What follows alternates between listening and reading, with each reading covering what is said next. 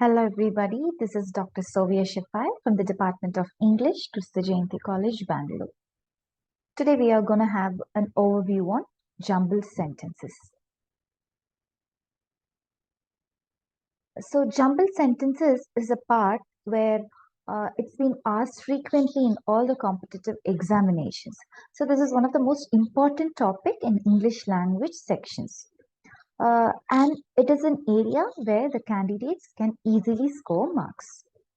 Jumbled sentences, just arranging the jumbled sentences into a logical sequence, into a paragraph, is an art as well as a science. If you just know a certain rules, basic rules, you'll be able to crack the whole marks in the examination point of view. So what's a jumbled sentence? It's a puzzle sentences or words that has to be put together in a proper sequence in order to make a complete sense out of a passage. So it is also called as paragraph jumble, that in short form it's called as para jumbles. So the basic rules is usually it's like 5 or 6 mixed up sentences are given and you have to arrange it in a proper sequence. So the basic rule is the first sentence would be usually a name of a person or a thing, like a proper noun. So also it can begin with an article or it can begin with the sentences like I. That is mostly rare. It always usually comes in the middle sentences. And when it comes to final sentence, it just the whole thing will conclude with the words like hence, therefore, finally, and so on. So with these basic rules, you can rearrange the jumbled sentences in a sequential order. So how to arrange the jumbled sentence? You have to discover the opening sentence. First, it is very important to find the first sentence. Next, you can track down the closing sentence. It's easy by the words. You can just by the linking words or by the nouns. With that, you can find the opening sentence as well as the closing sentence. Next, you can discover the connection between the sentences and you can look for signpost words. That is linking words. Linking one sentence from another sentence through certain words. So another next thing is thing, the pronoun relationship, thing and the pronoun relationship. For example, if the paragraph starts with a girl's name called Catherine. Okay, Catherine. The next sentence will not denote Catherine, the name Catherine. Instead, the pronoun she has been used. So tracking down the focal topic of the sentence is also important. So on the whole, find what is the first sentence and the last sentence. By the use of certain things, you can easily find it out. The next thing is you have to focus on the central theme, that is the focal topic of the sentences. So let us look at an example. So the jumbled sentences. These are the 5 sentences from a paragraph. So we have to arrange it in a proper manner. I told you about the noun. So the noun here is Patricia. So if you read all the sentences, you will get an idea. Let us look into the sentences. Professional singers like Patricia are being desired for talent show. Patricia is invited for the audition. She fills the registration form. Patricia has been chosen. Patricia is a trained singer. So from this, first you have to introduce the person. The introduction given for the person would be Patricia is a trained singer. So the first sentence is Patricia is a trained singer. So we come to know that Patricia is a person which demonstrates that is she is a trained singer. Next is professional singers like Patricia are desired for talent show. So she's a singer. So singers like her are eligible for a talent show. So what happens next is she fills the registration form. Obviously, next comes after filling the registration form, she would have been invited for the audition. Patricia has been chosen. So if you look at this, there is a sequence, you can easily arrange it. Other than that, if you look at from the point of view of the basic rules. First is the noun. You introduce a person with the noun Patricia. Then comes she's what kind of person she is. She is a trained singer. Then with the logical sequencing, with the logic, you have to arrange the remaining sentences. So this makes a paragraph. Always keep one thing in mind. After arranging everything, just read it out loud to see that whether there is a coherence. So the smartest approach is free fall. That is, you can develop high reading speed. Whenever you get the question paper, you just look at the passages, look at the jumbled sentences. You develop a high reading speed. If you read from the top to bottom, you'll know what topic it's there. Do you get the feel of the message? If you get the feel of the message, decide whether this particular paragraph is assigned to you. That is, whether it is meant for you. Can you do this from the exam point of view? Or can you choose another question? So that is where you do your smart approach. So if you feel that you're ready, if you're not sure about the answers, maybe one or two sentences would be you would find where to place it. If you find a dilemma at that time, scan the other option, that is scan the choices given. So according to that choices, try to read it. If you read it aloud, you will know whether it is right or wrong. So there's another format. One, we saw the basic format, that is few sentences are jumbled and you have to arrange it according to your logic. The next is static first statement. That is, in certain examinations, the first sentence would be highlighted and given that they just mentioned that it is the first sentence. That's a cue given to you. Other than that, so that is static, that is stationary, falls under the first category. Then you have to arrange the remaining sentences. In other examination, another point of view, it is that static last statement, the first sentence and the remaining middle sentence would not be given. Instead, they would mention that this particular sentence is the last sentence. In certain cases, they say that it's been given that static first and last statement. That is, first sentence as well as last statement would have been given. The remaining 4 or 5 middle sentences should be rearranged by you in a proper sequence. So let us look at an example. So these are the jumbled sentences. So yes, 1 is sentence 1. Yes, 6 is sentence 6. There are total 6 sentences. Out of that, first and the last sentence. That is, the first and the sixth sentence has been given already, has been already mentioned. Yesterday, Ali and Salim went for a walk in the forest. He walked down the steps and came to a small room. So the remaining 4 sentences, P, Q, R, S, okay, is where you have to rearrange. So let us look at the whole thing. I'll continue reading. In one of the rooms, Ali saw a hole in the floor with steps leading down. They followed a path and came to an old empty house. It was very dark inside. Salim looked into the house first and they both went in. So there should be a logical coherence in the sentences.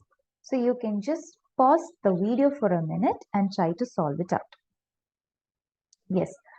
The first sentence is yesterday Ali and Salim went for a walk in the forest. So that falls on the first place.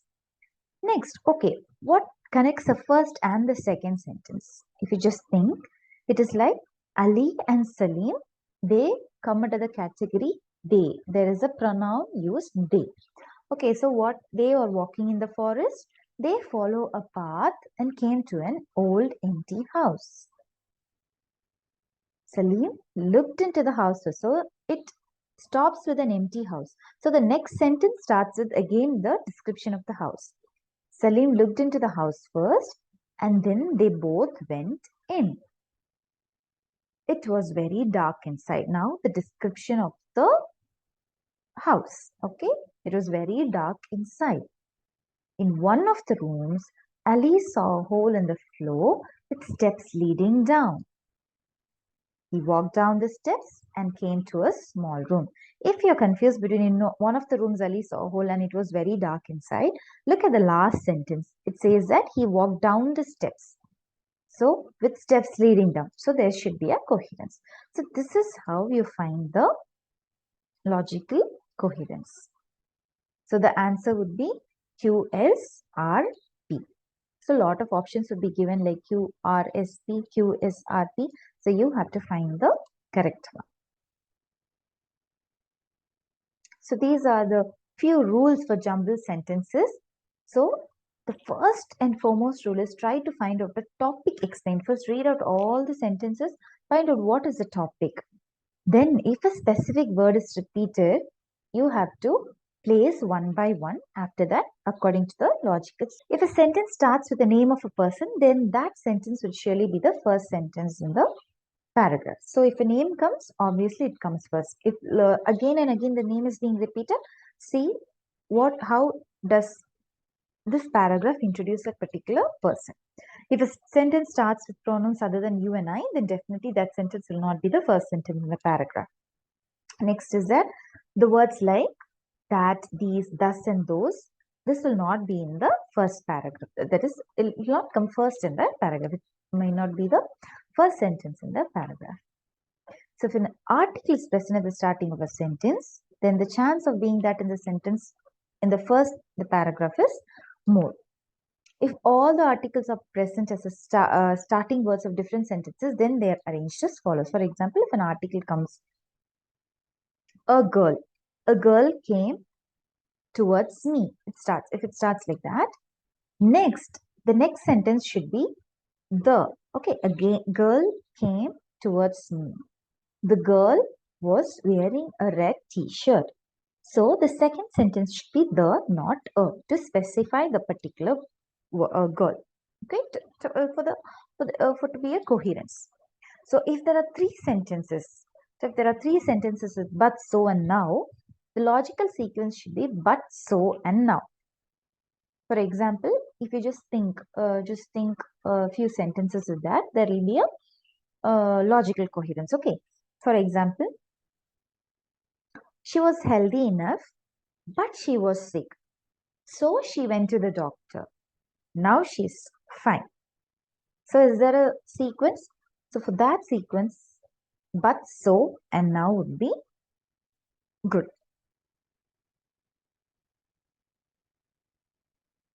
And if the given set of sentences consists of a simple, compound, and complex sentence, they are arranged in the following manner. Simple sentence has one clause and one subject verb. So, example, Catherine waited for the cab. When it comes to compound sentences, there are two independent clauses connected with a conjunction. Catherine waited for the cab, but the cab was late. When it comes to complex sentence, an independent clause and one or more dependent clauses. So Catherine realized that the cab was late while she waited at the cab stop. So this is how you arrange it. So the last one is if a sentence starts with the words like hence, finally, therefore. So it definitely doesn't come in the first. It obviously comes at the end of the paragraph. Hence it is proved. Finally, what is the conclusion? Therefore, this is a solution. So obviously it comes at the end.